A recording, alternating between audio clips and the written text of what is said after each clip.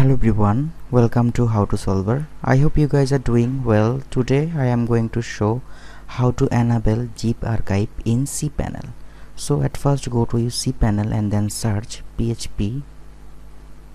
Here you will find PHP fair packages. Click on it. Here search PHP. Click on go. Okay, now scroll down, you will find PHP archive. Click install.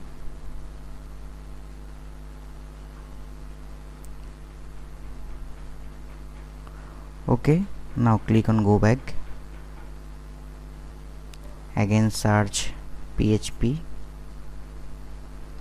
Here you will find select PHP version. Click on it. So now scroll down, you will find zip. Here click on zip and you can see the module zip saved. That's all for today. Thank you. If you like my video, please like, comment, share and subscribe, and don't forget to press the bell icon.